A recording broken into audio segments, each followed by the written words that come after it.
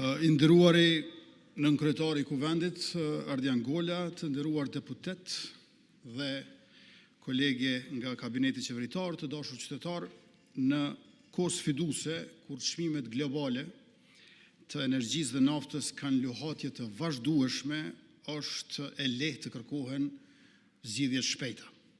Por detyra jonë nuk është ta gjejmë rrugën më të lehtë, është ta zgjedhim rrugën më të drejtë, më të dobishme dhe më të qëndrueshme për vendin tonë.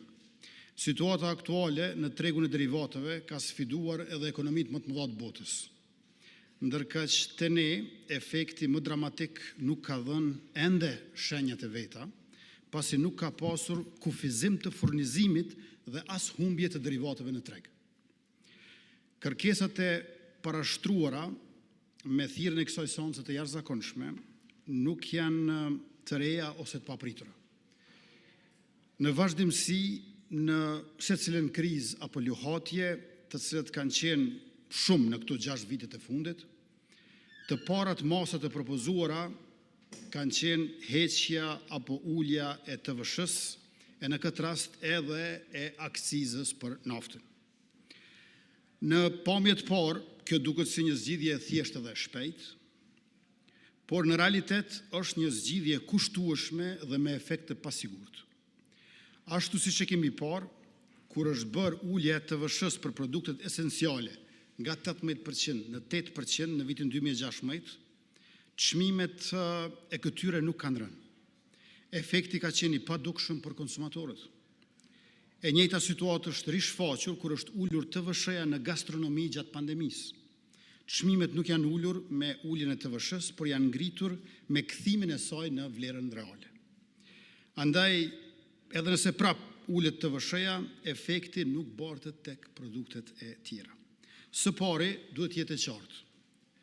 Tatimi mbi vlerën e shtuar dhe aksiza janë burime shumë të rëndësishme të hyrave të buxhetit Kosovës. Ulja e tyre krijon një boshllëk të madh financiar, një boshllëk i cili nuk mbushet lehtë. Në një kalkulim të thjeshtë, nëse hiqet vetëm 16 cent euros në litër të aksizës, me të hyrat aktuale, kostoja mujore do të ishte minus 10 milion euro për buxhetin e shtetit, dhe atë pra vetëm për një muaj. Atëherë shtohet pyetja, çfarë të reduktojmë, sepse nuk mundesh të heqësh aksizën e të mos heqësh shpenzime të tjera të caktuara, të cilët mund të jenë të azëm të politikave sociale, janë pensionet, më herët u thanë shtesat për fëmijë, e nënat lehona, e kështu me radhë. Ju e dini që pensionet janë rritur prej 90 pensioni bazik në 150 euro, ndërkohë që pensionistët kanë marrur mbështetjen e njëhershme prej 100 euro, që efektivisht i bie si pensioni 13, 6 herë brenda 4 viteve. Sepse këto nuk janë shifra abstrakte, janë politika konkrete që prekin jetën e përditshme të qytetarëve tonë, e buxheti është i fundëm. Kur merr diçka, duhet të heqësh diçka. Gjatë mandatit të paraprak të qeverisë sonë, mbi 1.3 miliardë euro janë shpërndarë të qytetarët dhe bizneset, ndërkaq në përmbushje të njërit prej 5 zotimeve të veçanta për fillimin e këtij mandati qeverisës, ne jemi duke e përgatitur pakon për përballje me inflacion 2.0 në vlerë të gjithë mbarshme prej 200 milion euro që do ta sjellim këtu para jush natyrisht. Përmes pakove të rikëmbjes, masave kundër inflacionit dhe mbështetjes në kohë krize, kemi qenë pranë familjeve, punëtorëve, pensionistëve dhe bizneseve. Kemi vendosur, siç e dini, shtesat për fëmijë për herë të parë, dhe ato janë rritur për mbështetur çdo familje. Kemi mbështetur lehonat duke investuar në fillim më të rëndësishëm të jetës për të gjithë. Kemi rritur pensionet dhe pagën minimale duke forcuar dinjitetin ekonomik. Dhe për 4 vite me radhë kemi ndarë mbështetje financiare në fund vit për kategoritë ndjeshme të shoqërisë. Prandaj do ta risjellim një pako të re për përballje me inflacionin 2.0 në vlerë prej 200 milion euro. Kjo është mënyra se si ne përballemi me inflacionin. Pra duke ndihmuar drejt përse drejti qytetarët, jo duke zvogluar buxhetin e shtetit me masa të cilat nuk besojmë që sjellin efektin e paralajmëruar nga ndokush. Dhe për 4 vite me radhë kemi ndarë pra mbështetje të cilët nuk kanë qenë vetëm në fund vit, edhe pse kanë qenë rregullisht në fund vit, meqense jemi zotuar që do t'ju qëndrojmë pranë qytetarëve me politika sociale që ta zbusim pabarazin dhe t'i nxjerrim mbi pragun e varfërisë sa më shumë. Kjo është pra qasja jonë, jo subvencionim i produkteve përmes operatorëve, por fuqizim i qytetarëve të Republikës. Sepse kur subvencionohet një produkt si nafta, nuk ka garanci që përfitimi shkon te qytetari. Përvoja e kaluar na ka treguar se shpesh këto masa përfundojnë duke rritur fitimet në zinxhirin tregtar e jo duke ulur barrën për familjet. Ndërkaq kur mbështetja jepet drejt për drejt, ajo arrin aty ku duhet. Politikat që i kemi ndjekur kanë dhënë efekt të drejt për drejt social, prandaj edhe masat kanë qenë të orientuara te kategoritë që i përmendëm, pra familjet, nënat e reja, pensionistët, punëtorët dhe kategoritë e ndjeshme. Këto janë masa të targetuara që reduktojnë pabarazin dhe kanë efekt real në mirëqenie. Unë po flas për përmbajtjen dhe përbërjen e pakos për përballje me inflacionin 2.0. Pra, pakoja për përballje me inflacionin 2.0 është mënyra jonë se si ne ballafaqohemi me inflacionin i cili është përgjithsisht i importuar. Por, për te i kësaj, ne nuk qëndrojmë duar kryq përballë sfidave të mobilitetit dhe kostos së jetesës.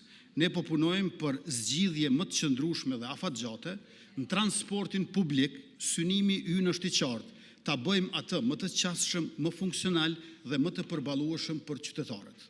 Po përgatitemi që në kuadër të jetësimit të zotimeve tona zgjedhore për siguri dhe begati, për transportin publik të fillojmë me programin On and Bon. Këtu përfshihet krijimi i rrjetit të integruar të transportit publik në gjithë vendin, në mënyrë që edhe çmimi i shtuar i naftës të mos reflektohet në bileta më të shtrejta për qytetarët në sistemin publik të transportit. Synojmë pra një bilet të integruar mujore, me të cilët qytetarët do të mund të udhtojnë On and Bon vendit duke shfrytzuar transportin urban dhe ndërurban. Bileta do të jetë subvencionuar, si rrjedhoj do të ketë kosto minimale për shfrytëzuesit dhe do të jetë përballueshme për secilin, vetëm 10 euro në muaj për çdo udhëtar On and Bon vendit. Kjo nuk kupton edhe investime në flotë moderne, në linja më efikase dhe në integrim më të mirë të transportit urban dhe ndërurban. Në bujqësi, ju e dini që po mbështesim drejt për drejt prodhuesit ton për të ulur varësinë nga importi dhe për të rritur sigurinë ushqimore, sepse kemi një ekonomi më të fortë vendore e cila është mbrojtja më e mirë për krizat globale. Mandatin e kaluar për mbështetjen direkte të fermerëve, bujkun meritor e vendosëm në qendër të politikave mbështetëse të qeverisë. E disa prej atyre fakteve ju i dini që unë ma i cili e interpret, cila ishe ti? Mbështetje financiare. Ullë në vend, sepse unë kam diskusionin që ma garanton rregulloria për të interpretu lidhjen e temave me diskutimet. Ullë në vend të utën. Subvencione dhe mbi 1.000 grante. Rreth 53 milion euro subvencionimi naftës dhe i plerimit, pra mbi 53 milion euro subvencionimi naftës dhe i plerimit. I kemi thjeshtu procedurat e aplikimit për subvencione dhe grante që kanë mundësuar aplikimin pa pagesë për subvencione. 120% është rritja mesatare e mbështetjes për kultura bujqësore, ndërkaq deri në 275% arrin për kulturën e grurit, 400% kemi rritje të mbështetjes për bujqësinë organike dhe 5.655 gra fermere janë subvencionuar me mbi 11 milion euro, si dhe 1.5 milion euro janë ndarë për fuqizimin e grave rurale në agrobiznes, përgjithsisht UN Women dhe UN FAO. Gjithashtu, jemi duke zhvilluar analizat reja për atë se si mund të ndihmojmë bujqet dhe fermerët në periudhën e mbjelljeve. ndërkaq në planin afatmesëm po punojmë për një transformim më të thellë të mobilitetit në vend, lidhje më të mira pra ndërurbane, ristrukturim trafikut urban për të reduktuar ngarkesën dhe humbjen e kohës, si dhe alternativa më të qëndrueshme ndaj përdorimit individual të veturave. Sepse e vërteta është kjo, zgjidhjet e qëndrueshme nuk janë gjithmonë të menjëhershme, por janë ato që ndryshojnë realisht, praktikisht jetën e njerëzve. Sot në qeveri, të nderuar deputet, kemi miratuar projekt ligji. A ka mundësi mu këthy në temë, Kryeministër, sepse i ke pos 4 vjetë me qeverisë dhe nuk e realizu asë një projekt. Kthem në temë e mos na shqit pralla. Kthem në temë dhe re kabinetin qeveritor këtu, edhe ti nderuar Moja Rendin. Moja Rendin. Kryeministër, kthem në temë. Jo, kthem në temë, Kryeministër, prapë do të ndoli. Nëse nuk thejesh me full për naft, nuk do të flasësh. Nuk mundësh në asnjë rrethon ti me i krahasu zgjidhjet ose diskutimet që i bën kryeministri si tendencë për me përballë inflacionit që prodhon nafta me çebet ose me studnet personale që i keni bë. Janë krahasim ose ai tjetër që dha për ekspozitat ose për finansimet që folke.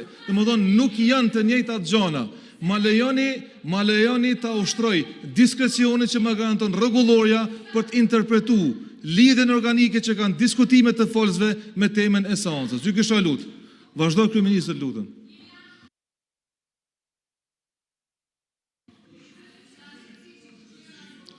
Unë ju kisha lut të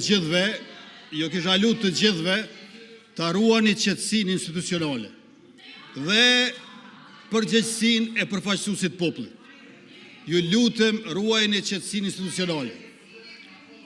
Rikthehemi në temë. Ju lutem, rikthehemi në temë. Sot në qeveri kemi miratuar projekt ligjin për çmimet tavan, apo zyrtarisht projekt ligjin për masat e përkohshme të produkteve themelore në rastet veçanta të destabilizimit në treg, me të cilën synojmë mbrojtjen e kategorive më të lëndueshme në rast të destabilizimit tregut dhe ndalimin e efektit multiplikativ në sektoret e tjerë. Grupi punues dhe Ministria e Industrisë, Ndërmarrësisë, Tregtisë dhe Inovacionit kanë adresuar me vëmendje të lartë komentet e gjykatës kushtetuese dhe kanë krijuar mekanizma për të garantuar zbatueshmëri të ligjit dhe mbrojtjet atyre që më shumti kanë nevojë kur ka lëvizje të shpejta në treg. Unë ju ftoj që ta miratoni sa më shpejt këtë projekt ligj në mënyrë që të fillojë aplikimi i tij sa më parë. Prandaj në kërkesat tuaja për këtë seancë, zgjidhja jonë, të nderuar deputet, është e qartë. Ta mbrojmë stabilitetin e buxhetit, të vazhdojmë mbështetjen direkte për qytetarët dhe të investojmë në zgjidhje afatgjata që e bëjnë jetën më të përballueshme. Ju faleminderit shumë për vëmendjen. Ju faleminderit. Kemi një